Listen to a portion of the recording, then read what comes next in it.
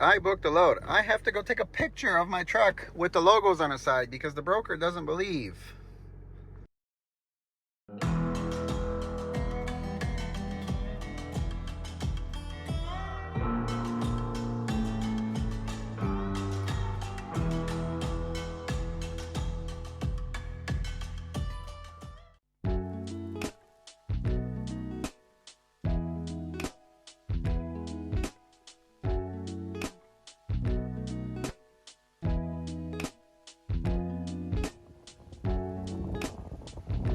Kind of makes you want to take a selfie flipping them off with the truck.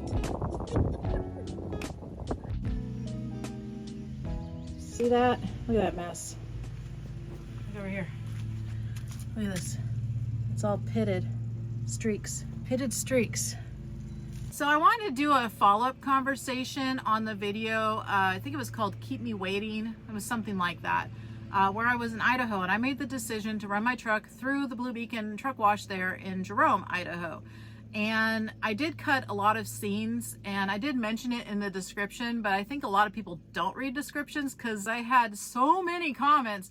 Well, why didn't you just go back through and have them wash it again? Guys, we did.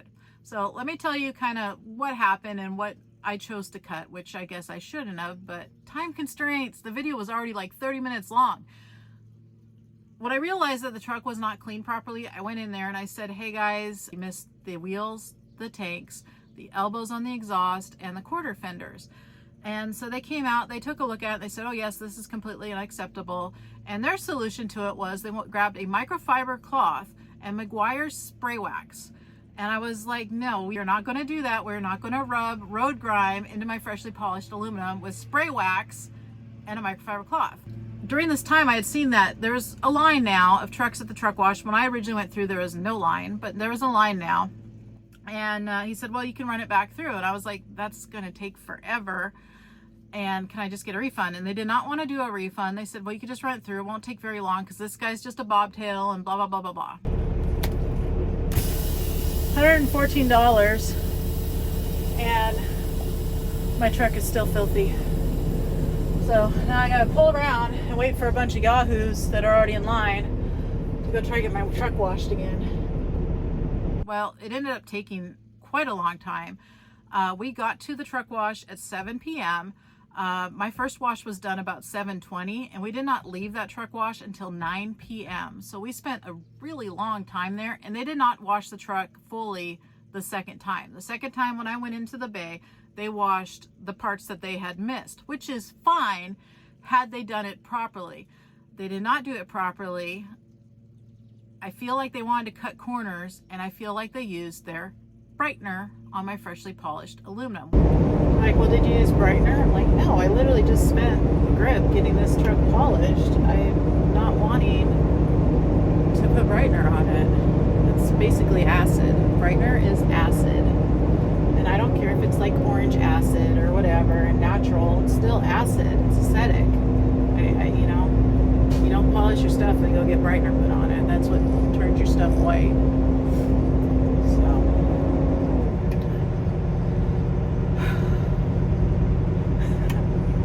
So today's just a day, man. It's just a day. But I wanted to follow up that we did go through a second time. I deeply regret doing that. I wish I just cut my losses and was like, no, I'm good. I'll just go get taco time. I wish I did that because the first wash, at least my tanks did not have the acid wash on them at that point. Dairy Queen. So after jumping through all those hoops of taking those pictures and all that BS, we still didn't get the loads because, well, they wanted an updated insurance. We're set up with them, so it's not a problem. They didn't need a insurance certificate, but they wanted to verify that our truck is on their policy because they thought we were playing some stupid games or something. Or I don't know if they thought that, but they were definitely implying it. I told them, I said, no, I am leased onto this company. I'm not outsourcing. I'm not triple leasing. I'm not double brokering. I'm literally going to be the one holding this load. That being said, today's Friday, day after the 4th. Insurance company is closed. They can't get that right now. So the insurance certificate, the generic insurance certificate wasn't going to work. They wanted a specific one. So after going back and forth with them for a while, and them sending emails going LOL and LMAO like little schoolgirls and stuff like that, we just told them to pound sand and haul it themselves. So we ended up actually booking another load that loads at a way better time on Monday instead of 5 in the morning, going to the same area for $100 more. So that works out. May not be going to the better place. I mean, I don't know where the other place was going, but it's going from a great shipper to a not so great receiver. But it's all on reefer. So, yeah, brokers suck. They're a pain in the ass. I mean, I get that there's a lot of scamming going around and there's a lot of foreign companies out there with fake insurance policies and stuff like that, but that ain't us. So,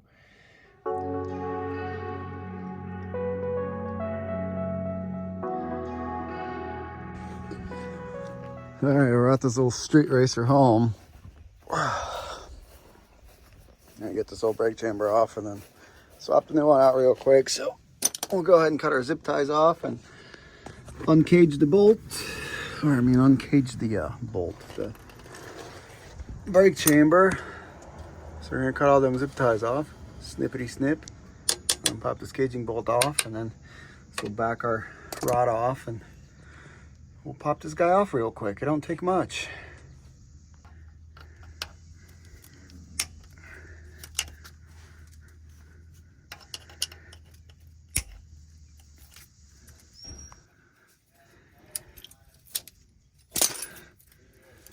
As good as new.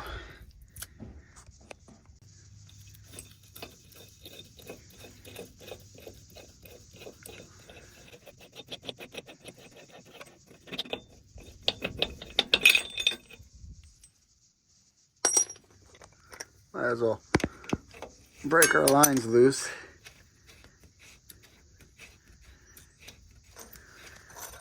I like to break the fittings loose too, because then you'll never get them out when this thing's taken off the frame mount. So, mounting deal it's got.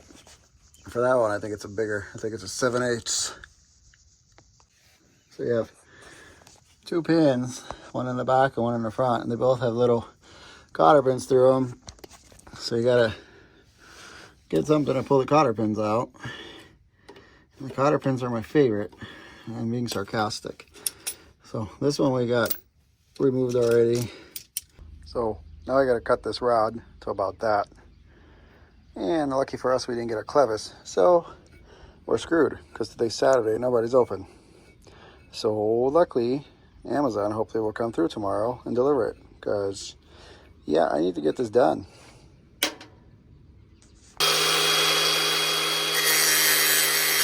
And this is the clevis. So this is a welded one. I was hoping that I could reuse our old one, but that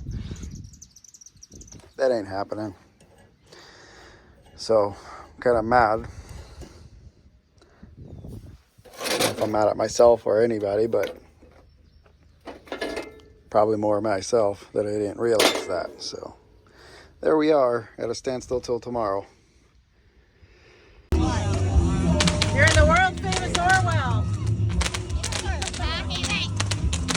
I got scared! Kids screaming with those fireworks. They went up into the air. They did.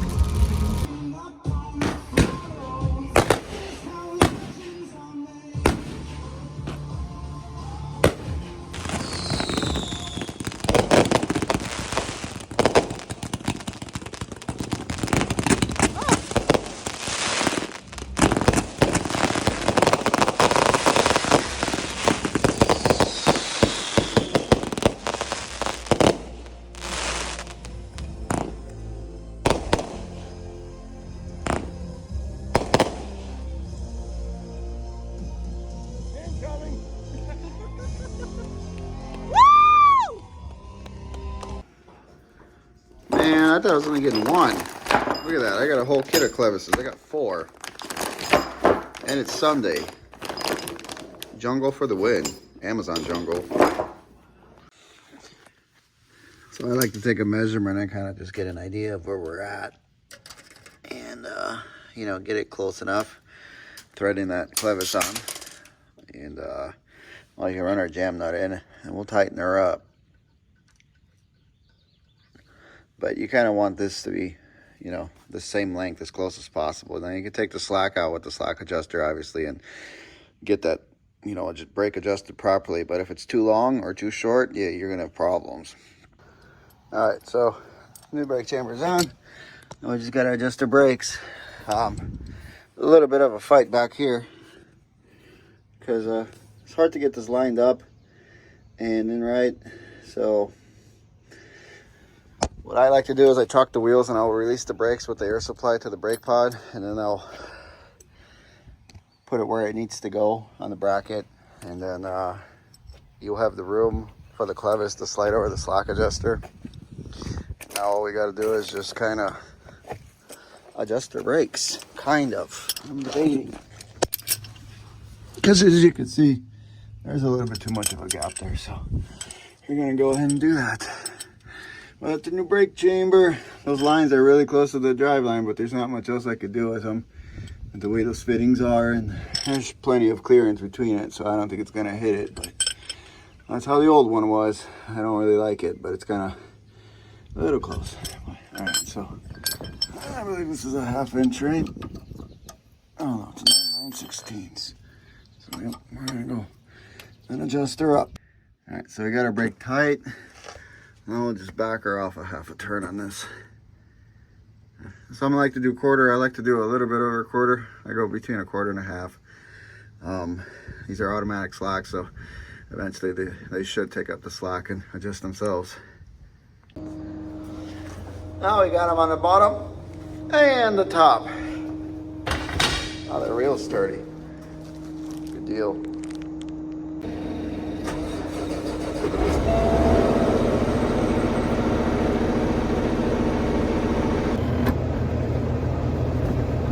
All right, what is going on?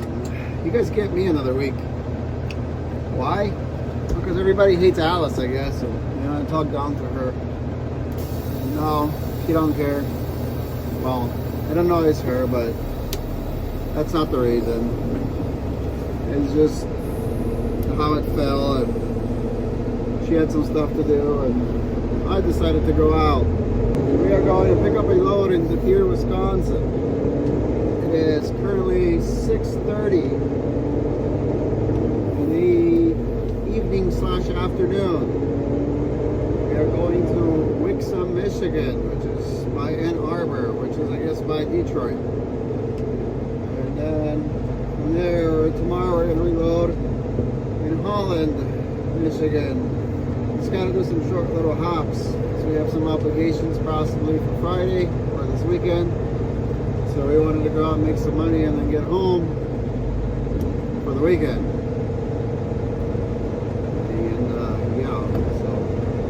We're gonna pick this load up. Hopefully it's a quick load. The appointment's for 8 o'clock.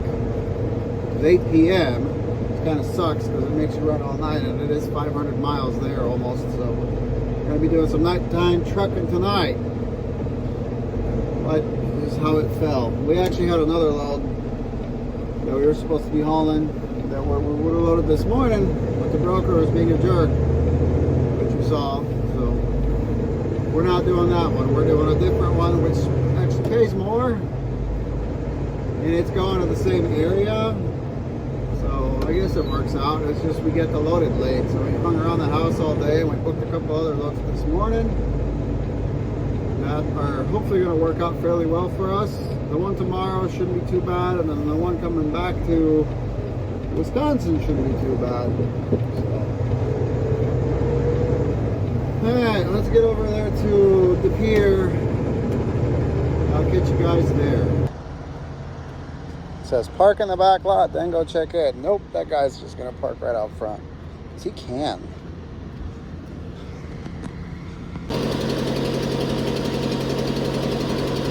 Sounds like that old Carrier's got a little tick. They like to break exhaust manifolds. That's probably what it is. Alright, so they gave us a door right away. I don't know if we would have got here any earlier, if they would have gave us a door or not. Probably not. You never know, maybe.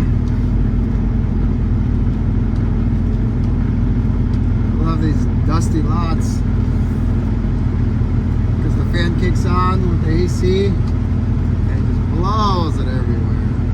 It's a huge mess. Pretty sure we're getting a load of cheese or some sort of a dairy, but being here, I'm sure it's cheese. So get in this dock and we'll figure it out. I'll let you guys know what I'm hauling when I figure it out. This guy's making me a little nervous. I think I'm gonna get out and help him. He seems to be pretty new. Alright, so we're in our door getting loaded as we speak. Had to help the poor fella next to me kind of back in because he was at the wrong angles, and he's got the same transmission. And these transmissions, when you really slam on your brakes, they'll bleed all the air out, or below 100 pounds of air. And who knows, he might have an air leak too somewhere on that trailer, or it's a newer, not really an old truck, but anyway, he might have an air leak somewhere. And every time it was hitting his brakes really hard, it would bleed the air down way low, and he would be stuck in neutral because the transmission would go in neutral then. So I had to help the guy, and he says it's his 25th day of driving, so everybody's got to start somewhere. So I had to help him.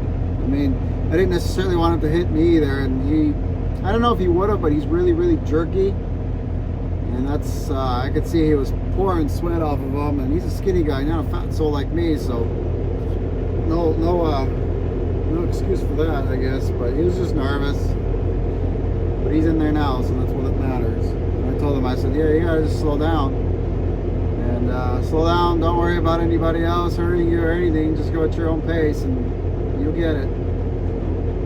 Hopefully eventually he does. We'll see how long it takes him to load us here. I don't know how many pallets. The guy's not very social, so he just put the lock on my glad hand, and he's like, yep, I'll do what I can. So here we are.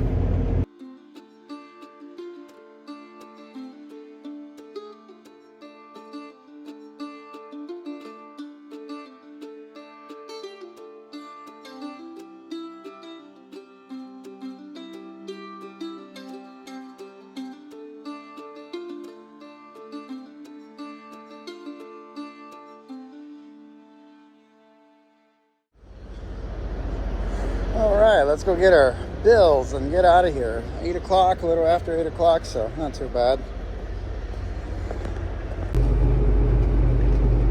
Well, it's a good thing we made it here before 11 o'clock, or they would have closed the highway on us, because they're still doing all this construction here between Port Townsend and Milwaukee. And they closed the highway at 11 p.m. completely, and you got a detour. The detour isn't bad, but it's just, I mean, it ain't like when you're on the freeway, you know, 55, 60 through this construction zone versus 40 or 35 or whatever that detour is. It's just straight along the freeway too, but it's still a nuisance. So almost to Milwaukee. You can probably see it up there in the distance. I'm going to stop in at the Petra again because we got a trip pack to drop off, and got to get a little bit of go-go juice there too. Well, we got our fuel, and also at the same time we discovered we have an airbag leaking on the truck, which is awesome. Another one. I don't know, I'm over these trucks. Hopefully it doesn't blow out, because that's going to be fun. Yeah, it's like you keep losing air pretty quickly here going down the road, and it's like, what the hell's going on? And yeah, it's a leaking airbag. So that's freaking amazing. It's on a tractor too. Just can't win. Everything was fine when we left, and then yeah. So middle of the night, got a morning delivery. What are you gonna do? Hopefully it makes it. Even at 1 in the morning, you can't catch a break. Even at 1 in the morning, you can't catch a break over here in Indiana. At the state line. What an amazing place. 1 in the morning. It's 1 in the morning. Nope, traffic. Yeah, let's close 3 left lanes in the middle of the night when there's like a million trucks out on the road and people trying to get home and stuff.